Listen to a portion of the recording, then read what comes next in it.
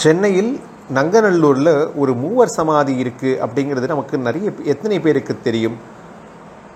இந்த பொங்கி மடாலயம் அப்படிங்கிற இடம் எடுத்தோம் அப்படின்னு சொன்னால் வேல் மாறலுக்காகவே அமையப்பெற்ற ஒரு அற்புதமான ஆலயம். இங்கு 3 ஞானிகளுடைய ஜீவசமாதி, அதில் 2 சாதுக்கள் 10 நாள் பெண் சித்தர்கள், சன்னியாஸ்ரீ ஸ்ரீ ஞானாம்பா அம்மையார் அப்படிங்கிற அந்த அம்மா, அவங்களுடைய ஜீவசமாதி இருக்குது.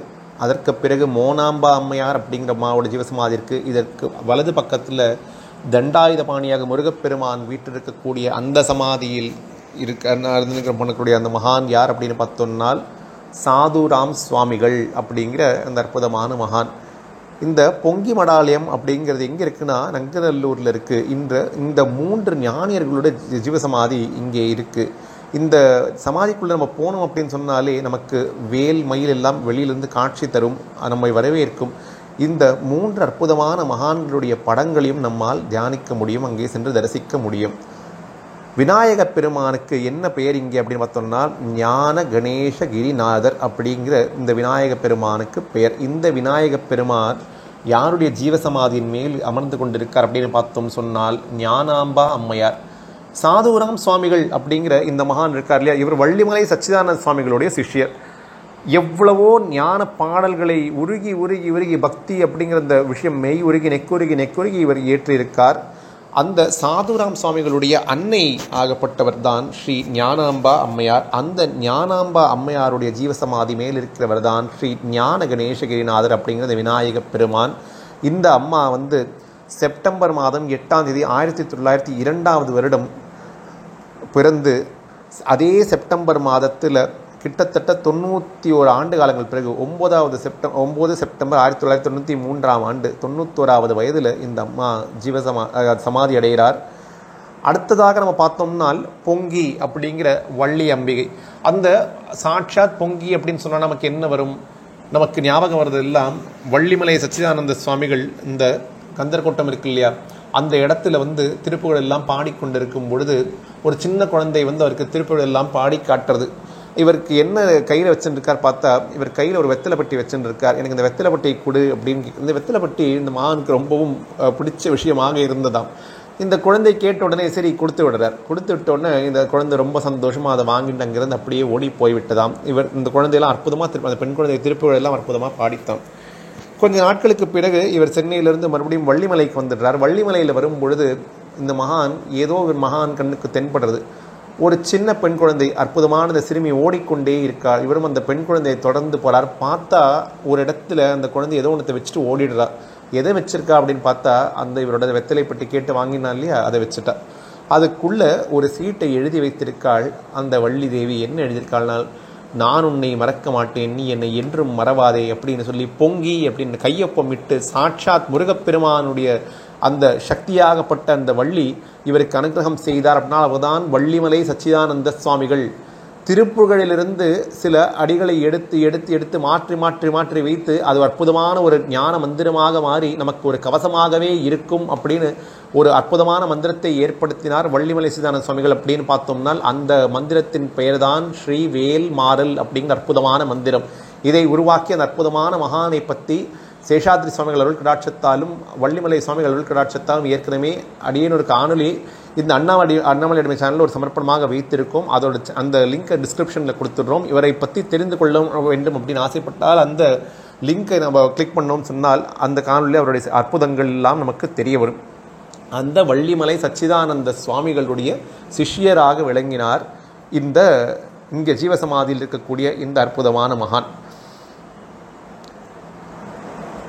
இந்த சாது சுவாமிகள் இருக்கார் இல்லையா, இவருக்கு இந்த ஞான பாடல்கள்லாம் இயற்றுவதில் ரொம்பவும் ஆர்வம் ஏற்படுறது. அந்த வள்ளிமலை சுவாமிகளை நோக்கியே தான் எப்பவுமே இந்த சாதுராம் சுவாமிகள் சென்று கொண்டே இருக்கிறார். சாதுராம் சுவாமிகள் வாழ்ந்த அதே காலத்தில் தான் சாது பார்த்தசாரதி வைஷ்ணவி கோவில் அப்படிங்கிறத திருமுல்லை வாயிலில் இருக்கக்கூடிய இந்த மாசிலாமணீஸ்வரர் ஆலயத்துக்கெல்லாம் போகிறதுக்கு முன்னாடி பார்த்தோம்னா திருமுல்லை வாயிலில் வைஷ்ணவி ஆலயம் ஏற்படுறதுக்கு காரணமாக இருந்ததெல்லாம் வள்ளிமலை சுவாமிகளுடைய அருள் கடாட்சம். அந்த வள்ளிமலை சுவாமிகள் அருள் கடாட்சத்தால் தான் அந்த மகானாகப்பட்ட சாது பார்த்தசாரதி அங்கே அந்த வைஷ்ணவி ஆலயத்தை நிறுவியிருக்கார். அந்த இடத்துக்கெல்லாம் இவர் சென்றிருக்கார். இந்த மகான் இருக்கார் இல்லையா, நம்ம இப்போ சாதுராம் சுவாமிகள் பற்றி பார்த்து கொண்டிருக்கோம். இந்த சாதுராம் சுவாமிகள் தான் இந்த பொங்கி மடாலயத்தில் ஜீவசமாதியாக இருக்கார். இவர் அவர் கைப்பட வேல்மாறல் மகாமந்திர யந்திரம் அப்படிங்கிற ஒரு மிக அற்புதமான எந்திரத்தையும் கையால் எழுதி இங்கே ஸ்தாபனம் செய்து வைத்திருக்கார்.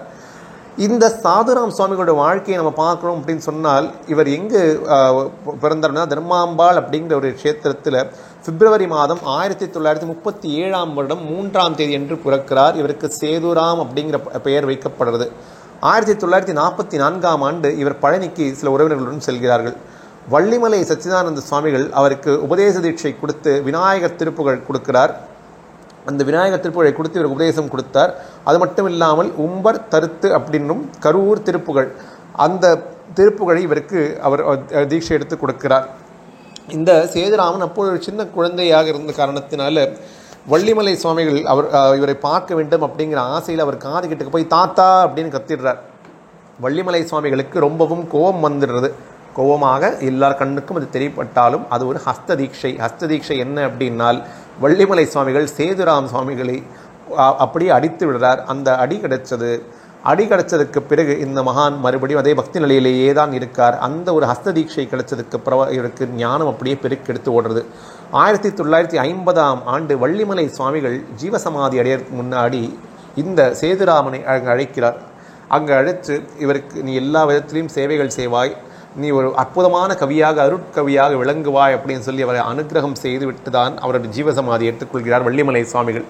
இந்த சேதுராமன் சுவாமிகளை அவர் சின்ன வயதில் இருக்கும் பொழுது 9ஆம் வகுப்பு படித்து கொண்டிருக்கார். அப்பொழுது அவர் திருத்தணி, ஸ்ரீகாளஹஸ்தி, திருப்பதி, இது 3 அற்புதமான ஸ்தலங்கள் எல்லாம் தரிசித்து வரும் பொழுது இவருக்கு ஏதோ நம்ம இல்லத்தை விட்டு சென்று விடலாம், நாம் சன்னியாச தீட்சை எடுத்துக்கொள்ளணும் அப்படின்னு ஒரு எண்ணம் வந்துடுறது.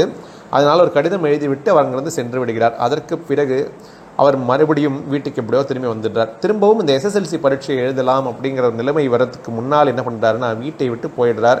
காஞ்சிபுரம் போயிடுறார். காஞ்சிபுரம் போயிட்டு இவர் என்ன பண்ணுறாருன்னா, அந்த பரீட்சைக்கு எழுதின அந்த அந்த அந்த தொகை இருக்கு இல்லையா, செலுத்த வேண்டிய அந்த தொகை, அதையும் இவர் திரும்ப கொடுத்துட்டுறார். அங்கேயே வச்சுட்டு போயிடுறார். இப்போ நம்ம பகவான் ரமணரோட நினைவு வருது இல்லை அல்லவா, இந்த சம்பளம் செலுத்தப்படவில்லை அப்படின்னு ஒரு அண்ணாக்கு எழுதி காமிச்சிருப்பார். ஏன்னா ரமணர் செலுத்த வேண்டிய அந்த கட்டணம் இருக்கு இல்லையா, அந்த கட்டணத்தை செலுத்தியிருக்க மாட்டார். அந்த 2 ரூபாயுடன் வைக்கப்பட்டுள்ளது அப்படின்னு சொல்லி மதுரையிலிருந்து அவர் திருவண்ணாமலை அந்த யாத்திரை மேற்கொள்றதுக்கு முன்னாடி அப்படி எழுதியிருப்பார். அது போலவே தான் இவரும் அந்த கட்டணத்தை, அந்த பரீட்சைக்கான கட்டணத்தை செலுத்தாமல் அங்கேயே வைத்து விடுறார். அவருக்கு இதுமேல் படிப்பு வேண்டாம் அப்படின்னு நினச்சி மகாபலிபுரத்தில் போய் ஒரு சத்திரத்தில் தங்க ஆரம்பிக்கிறார். அப்பொழுது அவருடைய குருவாகப்பட்ட தாத்தவனு காதில் கத்தி அழைச்சார் அல்லவா, வள்ளிமலை சுவாமிகளை எப்படி விடுவார். அங்கே அவர் கனவுல சொல்றார், சமராபுரிக்கு செல், அதாவது திருப்போரூர் அப்படிங்கிற அற்புதமான க்ஷேத்திரத்துக்கு செல் அப்படின்னு சொல்லும் பொழுது அங்கே ஸ்வயம்பு முருகர் இருக்கார். சிதம்பர சுவாமிகள் உருவாக்கிய அற்புதமான அந்த சத்ரு சம்ஹார யந்திரம் அங்கே இருக்கிறது. கண்ணகப்பட்டு கிராமத்தில் சிதம்பர சுவாமிகளோட ஜீவசமாதி இருக்கிறது. அற்புதமான திருப்போரூர் க்ஷேத்திரத்துக்கு போறார். நீ அங்கே போ, திருப்போருக்கு சென்றாய் அப்படின்னு சொன்னால் அங்கே ஒரு முதியவர் உனக்கு என்ன செய்ய வேண்டுமோ, உனக்கு என்ன அருள் புரிய வேண்டுமோ அந்த அருள் புரிவார், உனக்கு வழிகாட்டுவார் அப்படின்னு சொல்லிடுறார்.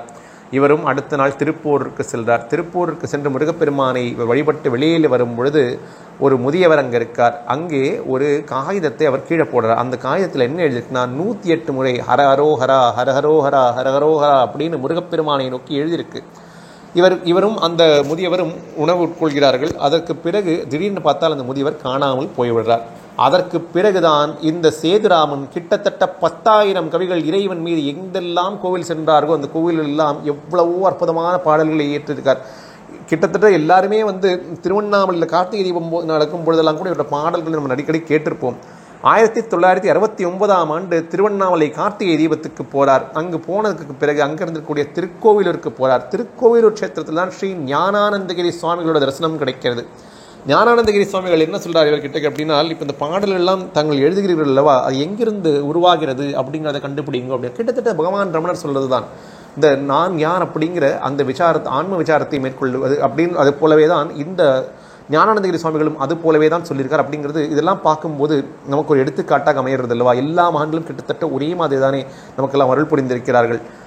அப்படியே இவர் அந்த ஒரு ஆத்ம விசாரத்தையும் மேற்கொள்ள ஆரம்பிக்கிறார். ஒரு முறை ஜனவரி மாதம் 18ஆம் தேதி இவர் என்ன பண்ணுறாருன்னா, இவருடைய கனவில் வந்தது போல் இவருக்கு ஆக்னியில் எப்படி சொல்லப்பட்டதோ அது போலவே இவர் சாது பார்த்தசாரதியிடம் போறார். சாது பார்த்தசாரதி சுவாமிகள் இவரை சந்நியாசம் எடுத்துக்கொள்வதற்கு அனுகிரகம் செய்கிறார். சரி சந்நியாசம் எடுத்துக்கொள்ளலாம் அப்படின்னு ஒரு முடிவு பண்ணதுக்கு அப்புறமா எங்கே போகிறாருன்னா பூனாச்சி புதூர் அப்படின்றாரு. இது எதுனா வள்ளிமலை சுவாமிகளோட அவதார ஸ்தலம். அங்கே போகும்பொழுது இவரோட அம்மாவுடனும் பெரியம்மாவுடனும் குடும்பமாகவே இவர்கள் அங்கு சென்று வைஷ்ணவி தேவி முன்னால் சந்நியாச தீட்சை வாங்கிக் கொள்கிறார்கள். அதற்கு பிறகு இவருக்கு அருட்கவி சாதுராம் சுவாமிகள் அப்படின்னு இந்த பெயர் வருது. அதுக்கு எவ்வளவோ பாடல்கள் வெண்பாக்கள் எல்லாம் இறைவன் மீது இவர் எழுதி கொண்டே வரார். அந்த வேல்மாறல் சக்கரம் இவர் கொடுத்தது நமக்கு பெரிய பெரிய கவசமாக அமைகிறது. மார்ச் மாதம் 10ஆம் தேதி 2000 ஆண்டன்று இவர் ஜீவசமாதி அடைந்து இறைவனிடம் ஒன்றரை கலந்து விடுறார். அதற்கு பிறகு இந்த மகான் இந்த இடத்தில் இந்த பொங்கி மடாலயத்தில் இவருடைய ஜீவசமாதி இங்கு அமையப்படுறது. வேல்மாறல் மகாமந்திரம் துதிக்கும் அடியவர் ஒருவர் கிடைக்க நினைக்கிறவர் குலத்தை முதல் அருக்களையும் எனக்கொரு துணையாகும். இப்படிங்கிற ஒரு வரி போதும் நமக்கு எந்த எதிரி தொல்லையோ எந்த வித கஷ்டமோ எது இருந்தாலும் அந்த வேல் நம்மை கண்டிப்பாக காத்து ரட்சிக்கும் அப்படிங்கிறத அருணகிரிநாதர் சொல்லியிருக்கார். அந்த அருணகிரிநாதர் சொல்லியிருக்கக்கூடிய அந்த திருப்புகழிலிருந்து திருத்தணி இருக்கக்கூடிய அந்த வேலை பற்றி எழுதக்கூடிய அந்த திருப்புகழை வைத்து அந்த மந்திரங்களை மாற்றி மாற்றி மாற்றி அமைத்து வைத்த காரணத்தினால் இதற்கு வேல்மாறல் என்று பெயர். அந்த வேல்மாறல் உடைய மகிமை நமக்கு பரிபூர்ணமாக உணர வேண்டும் அப்படின்னு சொன்னால் இந்த பொங்கி மடாலயத்தில் நிறைய அற்புதமான பூஜைகள் எல்லாம் நடக்கும். ஆடி கிருத்திகை அன்னைக்கு அற்புதமான பூஜை நடக்கும். இந்த பொங்கி மடாலயத்துக்கு நாம் சென்றோம் அப்படின்னு சொன்னால் அங்கு அற்புதமான அன்னதானமும் நடந்து கொண்டிருக்கிறது. அந்த இடத்துல போய் அங்கே இருக்கக்கூடிய அந்த பூஜைகள் எல்லாம் கலந்து கொண்டோம். இந்த வேல்மாறலை படனம் செய்தோம் அப்படின்னு சொன்னால் வாழ்க்கையில் பல பல அற்புதங்கள் நடப்பது கண்கூடான உண்மை. முருகப்பெருமான் மீது ஆணை இது நிச்சயமாக நடக்கும். வேல்மாறல் மகிமையால் எவ்வளவோ பேருக்கு இந்த கேன்சர் போன்ற ரொம்ப கொடூரமான வியாதிகள் எல்லாம் கூட குணமாயிருக்கு.